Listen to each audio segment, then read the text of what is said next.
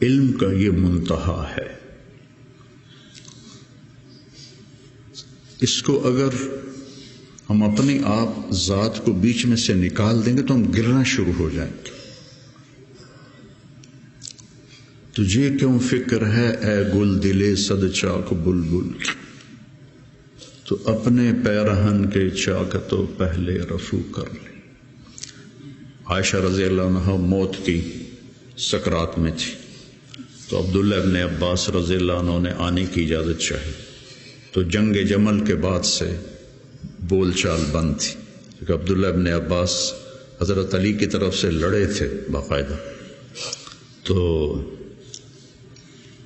آپ کے پاس عبداللہ بن زبیر اور مسور بن مخرمہ رضی اللہ عنہ بیٹھے ہوئے تھے. تو حضرت عائشہ رضی اللہ عنہ خاموش ہو گئیں.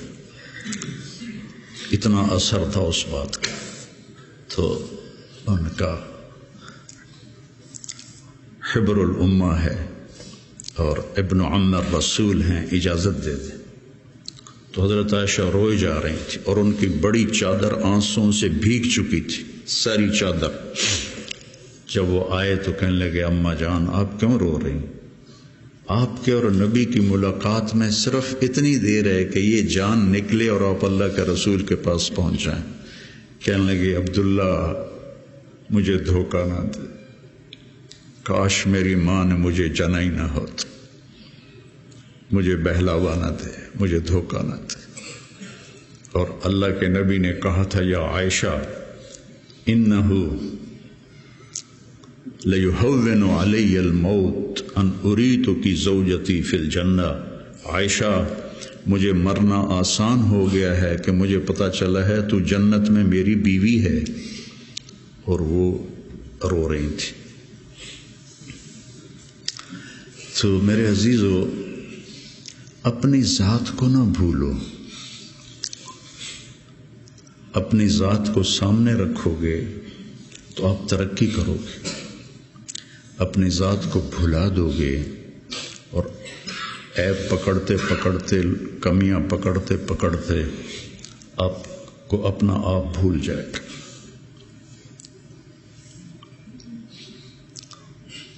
حضرت عمرو بن عاص رضی اللہ تعالیٰ عنہ موت کی کشمکش میں تھے تو دیوار کی طرف منہ کر کے دھاڑو دھاڑ رو رہے تھے.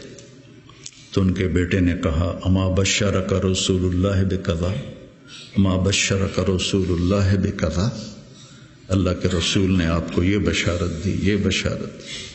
تو آنسو خشک کیے اور لوگوں کی طرف متوجہ ہوئے کہ انی قد کنت علی اطباق ثلاث، میرے اوپر 3 دور گزرے. ایک تھا جب میں کافر تھا، اگر میں اس وقت مر جاتا تو سیدھا جہنم میں جاتا. پھر اللہ نے مجھے ہدایت دی، میں ایمان لایا اور میں نے ساری زندگی اللہ کے نبی کو آنکھ بھر کے نہیں دیکھا حیا کی وجہ سے. اگر مجھ سے پوچھو کہ اللہ کے نبی کا حلیہ کیا ہے تو میں نہیں بتا سکتا کہ میں نے کبھی آنکھ اٹھا کے آپ کو دیکھا ہی نہیں تھا. اگر اس وقت میں مر جاتا تو میں جنت میں جاتا. اس کے بعد ہم پر دنیا کھل گئی اور ہم نے کیا جو کیا، اب پتہ نہیں آگے میرے ساتھ کیا ہونے والا ہے. پھر ایسے ہاتھ اٹھائے اللہم لا بری فاعتذر ولا قوی فانتصر ولا مستنکر بل مستغفر. یہ دعا میں روز مانگتا، روز مانگتا. اللہم لا بری فاعتذر ولا قوی فانتصر ولا مستنکر بل مستغفر. لا الہ الا اللہ، لا الہ الا اللہ، لا الہ الا اللہ کہتے کہتے روح پرواز کر کے. تو میرے عزیزو آپ ہم سب بڑے خوش قسمت ہیں. ہم ایک بہت عالی محنت میں لگے. اللہ نے ہم پر کرم کیا ہے، اللہ نے ہم پہ احسان کیا ہے. اس میں ترقی کی تو کوئی انتہائی کوئی نہیں. اللہ کو پا لینے کی جستجو نہ ختم ہونے والا سفر ہے، چونکہ اللہ کی حد میں گاؤں سے چلا فیصل آباد 1.5 گھنٹے میں پہنچ گیا، منزل آ گئی. لیکن اللہ کی کوئی حد نہیں، جتنا اس کو پاؤ گے اتنا کھویا ہوا محسوس کرو گے، انتہائی کوئی. یہ وہ سفر ہے جس کی کوئی حد نہیں ہے. عبث ہے جستجو بحر محبت کے کنارہ کی، بس اس میں ڈوب ہی جانا ہے اے دل پار ہو جانا. تو میری گزارش ہے اپنے ذات، اپنے آپ اخلاق پہ نظر رکھو، اپنے اعمال پہ نظر رکھو، عبادت کا ذوق پیدا کرو، قرآن کا ذوق پیدا کرو. میں کتنی تکلیف میں ہوں، اب تو میں بیکار گھر پہ بیٹھا ہوں، لیکن جب میں ایسے پہیے کی طرح گھوم رہا تھا تو میں 50 60 100 نفل روزانہ پڑھتا تھا کہ میری اب بھی پڑھتا ہوں. آج وہاں سے چل کے یہاں میرے 50 نفل نہیں قضا ہوئے. یہ میری ضرورت ہے کہ وسجد وقترب، نماز اللہ کے قریب کرتی ہے. وسجد وقترب، نماز پڑھ اور اللہ کے قریب ہو جائے.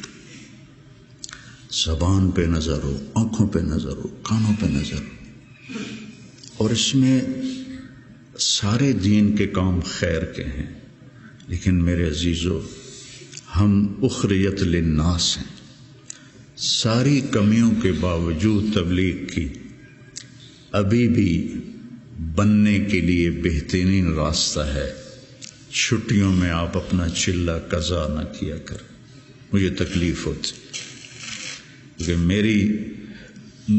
میرا جگر دل چیر کے دیکھو تو تبلیغ کے سوا کچھ نہیں. میں عملی طور پر نہیں جا سکتا، لیکن جہاں اس مبارک محنت کے سوا اور کچھ نہیں. میں آپ سے بھی یہ چاہتا ہوں، آپ کی کیفیات بچوں کی طرف منتقل ہوں گی. جب آپ کے اندر سے تبلیغ کی عظمت نکلے گی تو آگے کیسے منتقل ہوگی؟ کتنے مشائخ آئے، اس طرح عالم میں تبدیلی کوئی نہیں لا سکا. کتنے خیر کے کام ہوئے، اس طرح عالم میں تبدیلی کوئی نہیں لا سکا. بنو امیہ کے حکام ظالم تھے، لیکن دعوت کی وجہ سے دین تو پھیلتا رہا. ولید بن عبد الملک کان جبارن، جو اس کے بارے میں لکھا ہے ابن کثیر نے، کان جبارن، معمولی باتوں پہ گردنیں اڑا دیتا تھا. سب سے زیادہ اسلام اس کی زندگی میں پھیلا. اور یزید بن معاویہ رضی اللہ تعالیٰ، اس کے زمانے میں شمالی افریقہ فتح ہوا ہے. عقبہ ابن نافع رضی اللہ تعالیٰ عنہ نے الجزائر کو فتح کیا اور مراکش کو فتح کیا. تونس حضرت عثمان کے زمانے میں فتح ہو گیا تھا. عبداللہ بن ابی سرح رضی اللہ تعالیٰ عنہ نے تونس کو فتح کیا تھا. تو ادھر یزید بیٹھا ہوا ہے، لیکن دعوت میں نکلنے والے تو مخلص تھے. تو میں تھا مسجد میں، تو میرے پاس 2 جماعتیں آئیں پٹھانوں کی، پیدل چل رہی سال کی، کہ جی 6 تاریخ کو ہمارا جوڑ ہے، آپ تشریف لائیں. میں کہ یار میں تو فیصل آباد جا رہا ہوں، اگلے جوڑ میں آ جاؤں گا. کوئی تحریک، کوئی پیر، کوئی بزرگ اپنے مریدوں کو یہاں تک نہیں لا سکا کہ سال کے لیے پیدل چلے گئے. تو آپ میری اولاد ہو، میرا سرمایہ ہو.